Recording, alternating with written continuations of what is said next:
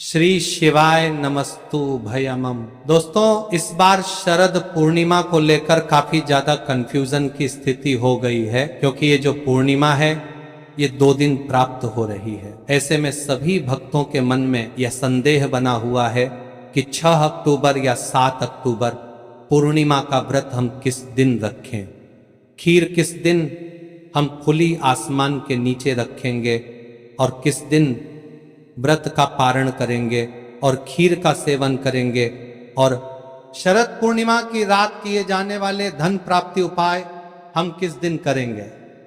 आज की इस वीडियो में संपूर्ण जानकारी आप सभी के साथ शेयर करूंगी। शरद पूर्णिमा के दिन के क्या खास नियम होते हैं, इस दिन का शुभ मुहूर्त क्या होगा, व्रत पूर्णिमा का आप किस दिन करेंगे, पारण कब करेंगे, इस दिन के उपाय कौन से हैं जो कि धन प्राप्ति के होते हैं। क्योंकि इस रात मां लक्ष्मी हर किसी के घर के ऊपर भ्रमण करती है और इस रात जो भी कोई उपाय करता हुआ पाया जाता है उस पर मां लक्ष्मी टूट कर बरसती है। तो ऐसे में आज की इस वीडियो को बड़े ही ध्यान से देखिएगा। 5 से 10 मिनट का समय निकालकर बहुत ही महत्वपूर्ण वीडियो को ध्यान से सुन लीजिएगा। सबसे पहले तो मां लक्ष्मी की इस वीडियो को लाइक करके चैनल ज्ञान की बातें को सब्सक्राइब तो कर ही दीजिए, साथ ही कमेंट सेक्शन में जय मां लक्ष्मी जरूर ही लिखिए। तो देखिए, अश्विन मास की पूर्णिमा तिथि को शरद पूर्णिमा या गुजागर पूर्णिमा कहा जाता है और इस दिन चंद्रमा अपनी 16 कलाओं से युक्त होते हैं और ऐसी मान्यता है कि इस दिन आसमान से अमृत वर्षा होती है। इसलिए शरद पूर्णिमा की रात को खुले आसमान के नीचे खीर बनाकर रखने की परंपरा है और इसी का सेवन भी किया जाता है। इस दिन चंद्र देवता की पूजा करने से चंद्र दोष भी दूर होते हैं और इसी दिन से आश्विन पूर्णिमा से ही कार्तिक स्नान प्रारंभ हो जाते हैं, कार्तिक मास भी शुरू हो जाता है। और जैसा कि मैंने आप सभी को बताया कि ये जो पूर्णिमा तिथि प्राप्त हो रही है ये 2 दिन प्राप्त हो रही है, तो ऐसे में स्नान दान किस दिन किया जाएगा, इस दिन क्या करना है क्या नहीं करना है, कार्तिक स्नान कब से प्रारंभ होगा, संपूर्ण जानकारी आप सभी के साथ शेयर करूंगी। और इसी दिन भद्रा काल भी लग रहा है, तो ऐसे में भद्रा का समय कब से कब तक रहेगा, चलिए एक एक करके संपूर्ण जानकारी आप सभी के साथ शेयर कर देता हूं।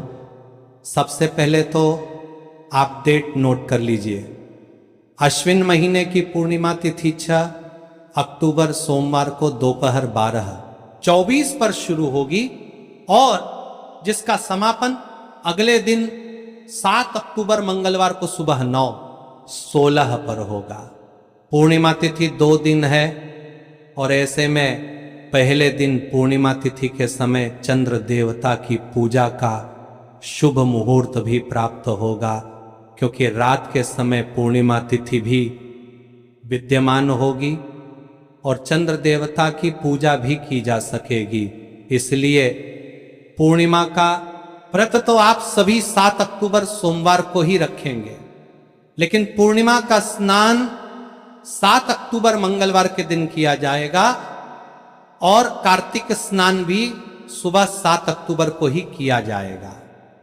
स्नान ब्रह्म मुहूर्त के समय विद्यमान पूर्णिमा तिथि में करना सबसे ज्यादा शुभ माना जाता है। हालांकि पूर्णिमा का दान आप दोनों ही दिन दे सकते हैं, यानी कि 6 अक्टूबर सोमवार को भी और 7 अक्टूबर मंगलवार को भी। 6 अक्टूबर सोमवार को सूर्योदय होगा सुबह 6:24 पर और सूर्यास्त होगा शाम 6:05 पर। बात करें चंद्रोदय की तो शाम 5:34 पर चंद्रोदय होंगे और ब्रह्म मुहूर्त के समय में सुबह 4:48 से 5:36 तक रहेंगे। अमृतकाल रात 11:18 से देर रात 12:45 तक रहेगा। अभिजीत मुहूर्त प्राप्त हो रहा है सुबह 11:51 से 12:38 तक। राहुकाल का समय सुबह 7:30 से 9 बजे तक रहेगा। राहु काल के दौरान ना तो किसी प्रकार की पूजा पाठ की जाती है और ना ही कोई शुभ कार्य किया जाता है। यानी कि इस दिन आप सुबह की जो पूजा है वह राहु काल लगने से पहले ही कर लें, और इसके अलावा शाम की जो पूजा है वह आप गौधूली मुहूर्त में कर सकते हैं। गौधूली बेला का जो शुभ मुहूर्त है वह शाम 1 से शाम 6:26 तक रहेगा, और इसके बाद भी आप शाम 7:15 तक शाम की पूजा कर सकते हैं। यानी कि चंद्रोदय के समय के बाद से आप कभी भी चंद्र देवता को अर्घ्य देकर अपना व्रत खोल सकते हैं। अब बात कर लेते हैं भद्रा की। तो इस बार पूर्णिमा तिथि पर भद्रा भी लग रहा है, और भद्रा काल 6 अक्टूबर सोमवार को दोपहर 12:23 से प्रारंभ हो जाए। यानी कि जब से पूर्णिमा तिथि लगेगी भद्रा भी उसी समय ही लग जाएगा, और जो कि रात 10:53 तक भद्रा की समाप्ति होगी। तो लगभग आधे दिन तक तो भद्रा ही रहेगी, और इस बार भद्रा का वास मृत्युलोक में रहेगा, और यह सभी कार्यों के लिए अशुभ मानी जाएगी। खासतौर पर पूजा पाठ या फिर कोई नया काम आप करना चाह रहे हैं, कोई नई शुरुआत करना चाहते हैं, नया बिजनेस, नया नौकरी या कोई नया वाहन, भूमि पूजन आदि इस समय के दौरान नहीं किया जाता है। तो इस चीज का थोड़ा सा ध्यान रखिएगा। जितनी देर भद्रा रहेगी उस समय में आप ऐसे कोई भी कार्य को करने से बचें। भद्रा काल लगने से पहले पहले यदि आप करना चाहते हैं तो कर सकते हैं, नहीं तो अगला दिन 7 अक्टूबर मंगलवार को भी नए कार्य की शुरुआत आप कर सकते हैं, यह भी शुभ रहेगा। भद्रा देर रात तक रहेगी। तो ऐसे में खुले आसमान के नीचे खीर कब रखें? तो देखिए, जब भद्रा समाप्त हो जाए तब उसके बाद में आप अगले 2-3 घंटे तक आप आसमान के नीचे खीर रख सकते हैं, और उसकी समाप्ति के बाद अगले दिन सुबह स्नान करके इस खीर को प्रसाद के रूप में पूरे परिवार के साथ ग्रहण कर सकते हैं। यदि ऐसा न करके बाद इस खीर के करके ये तोरन की बात कर रहे हैं जब कर सकते हैं, यदि ऐसा न करके ये तोरन के करके जब पाएं तो, क्योंकि अगले दिन भी सुबह 9:16 तक पूर्णिमा तिथि है।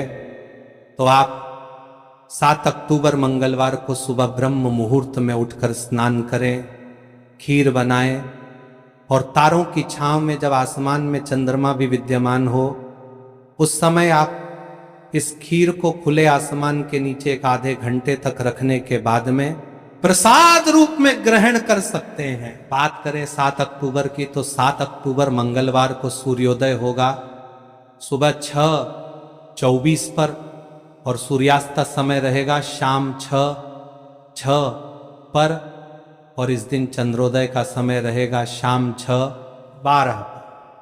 ब्रह्म मुहूर्त का समय रहेगा जो कि स्नान के लिए सबसे उत्तम होता है, वह सुबह 4:48 से लेकर 5:36 तक रहेगा। इस दिन राहु काल दोपहर 3:00 बजे से 4:30 तक रहेगा। ध्यान रखिएगा, पूर्णिमा तिथि 7 अक्टूबर को सुबह 9:16 तक ही रहेगी। तो पूर्णिमा का जो भी स्नान दान है वह आप इसी समय ही कर लीजिएगा। इसी दिन अभिजीत मुहूर्त रहेगा सुबह 11:51 से 12:38 तक। तो श्री सत्यनारायण भगवान की जो पूजा आप करते हैं वह 6 अक्टूबर 2025 के दिन ही करेंगे। अब बात कर लेते हैं इस दिन के जाने वाले कुछ खास उपाय की।